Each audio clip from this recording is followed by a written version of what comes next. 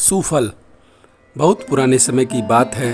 एक बार राजा बालिक अपने प्रधानमंत्री भद्रजीत की किसी बात से बेहद नाराज हो गए।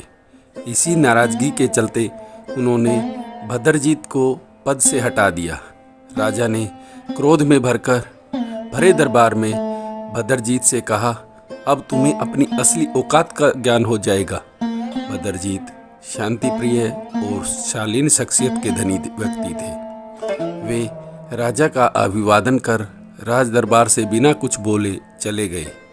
वे ईश्वर में अनंत आस्था रखते थे। प्रधानमंत्री का पद छिन जाने के बाद वे अपने नगर लौट आए और भगवान की साधना, शास्त्रों के गहन अध्ययन और आमजन की सेवा में समय लगाने लगे। अपने सद्कर्मों की बदौलत वे कुछ ही समय में लोगों के बीच अत्यंत लोकप्रिय हो गए। एक दिन राजा बालिक ने सोचा कि क्यों न प्रधानमंत्री पद से हटाए गए भद्रजीत की दयनीय हालत देखी जाए। वो अब किस बुरी स्थिति से गुजर रहा है। राजा वेश बदलकर नगर में पहुंच गया।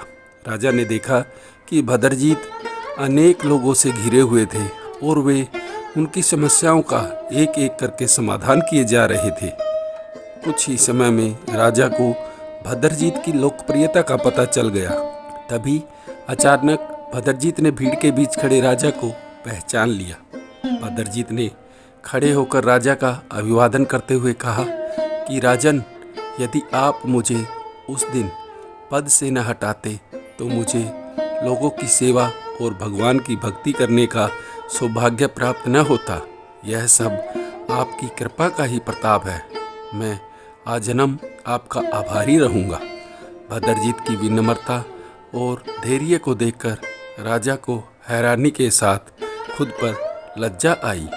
इस कहानी से हमें शिक्षा मिलती है कि कोई भी व्यक्ति अपने सद्गुणों से अपनी एक अलग पहचान बना सकता है, बशर्ते वो विपरीत परिस्थितियों का दोष दूसरों पर न मढ़े, बल्कि अपनी मार्ग के कांटों को चुनने में समय लगाए, अर्थात अपनी परेशानी के बारे में धैर्य से सोचे और फिर अपने कर्तव्य पथ पर पूरी तल्लीनता से बढ़ता चला जाए।